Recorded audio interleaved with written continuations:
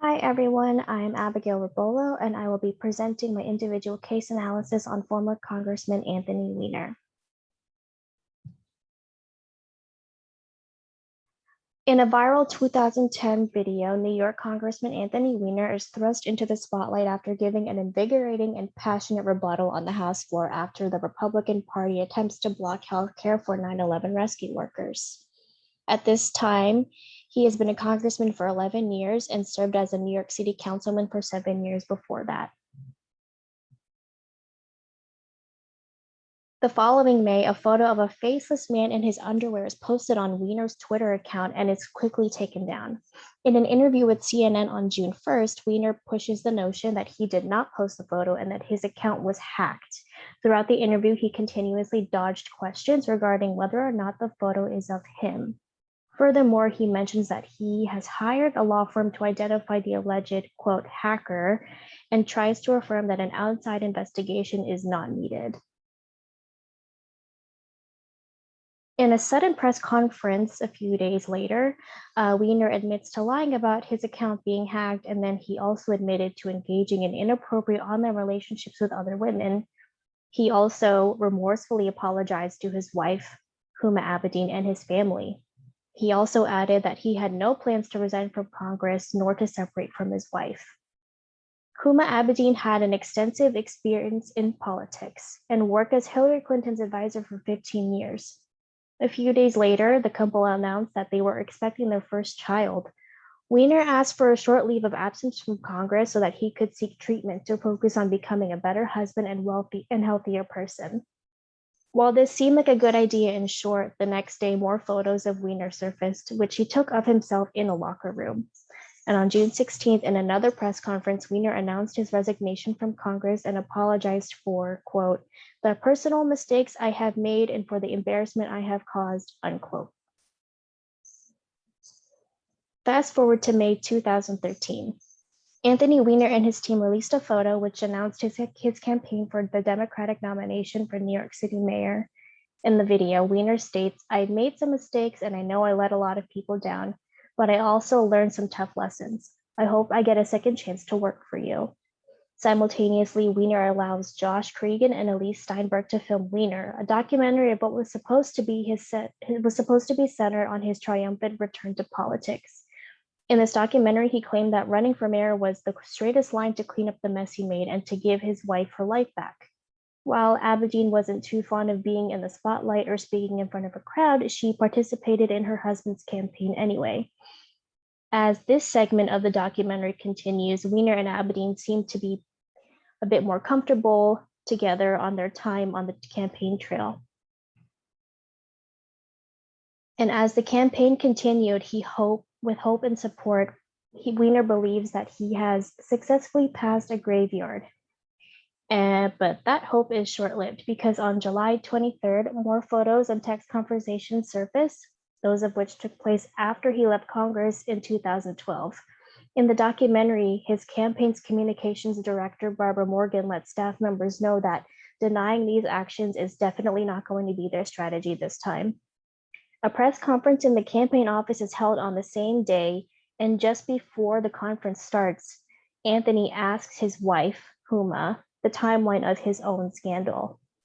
Weiner starts the press conference reminding the press of him saying that other texts and photos were likely to come out, and they have. He's also surprised that more just didn't come out sooner.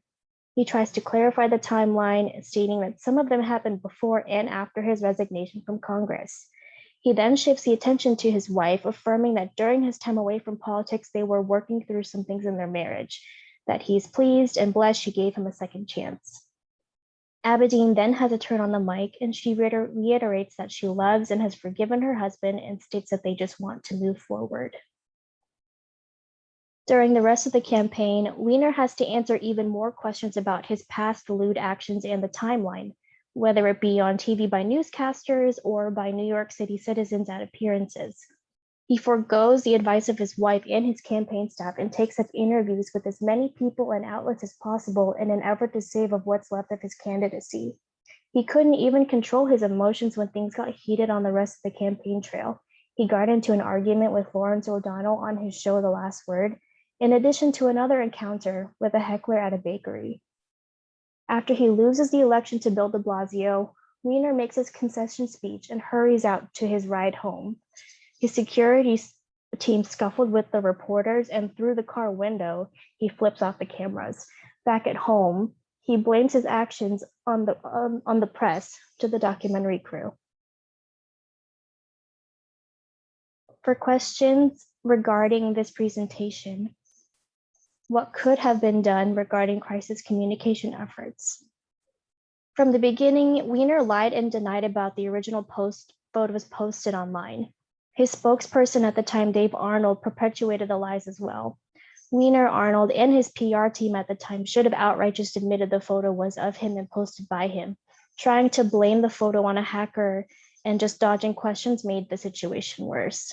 And because he finally admitted to lying afterwards, his legitimacy just tanked.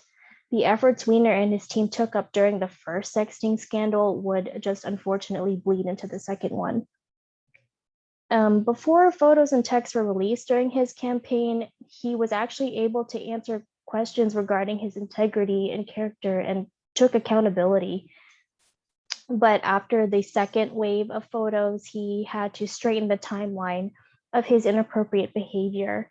And his team was definitely not prepared to take up a second media scandal, even though they thought they had been prepared. And according to the stakeholder theory, there are multiple audiences in a crisis that each group needs to receive different messages. Weiner failed to be open and transparent with his campaign staff and his wife and with the public. So because of his lack of clarity, his team scrambled to create plans and draft answers to potential interview questions. From the beginning, he should have just been completely honest with his wife and everyone on his staff. In a staff meeting, his senior advisor expressed his frustration with his dishonesty in conversations leading up to the campaign, and another staff member shared that the rest of the staff felt left in the dark about not the situation, but how it was handled, and that they wanted an apology. And so during the rest of the campaign, Weiner should have just tried to walk away from situations that would result in heated on-camera arguments, because I think it would have just helped his credibility. And I think that definitely Anthony Weiner could be in a different place in politics by now had he just been honest and transparent at the start of all the scandals. While he wanted to create a separation between his personal and political lives, the lines were unfortunately blurred. Thank you for watching my presentation. And if you have any questions, comments, or feedback, feel free to reply to this post.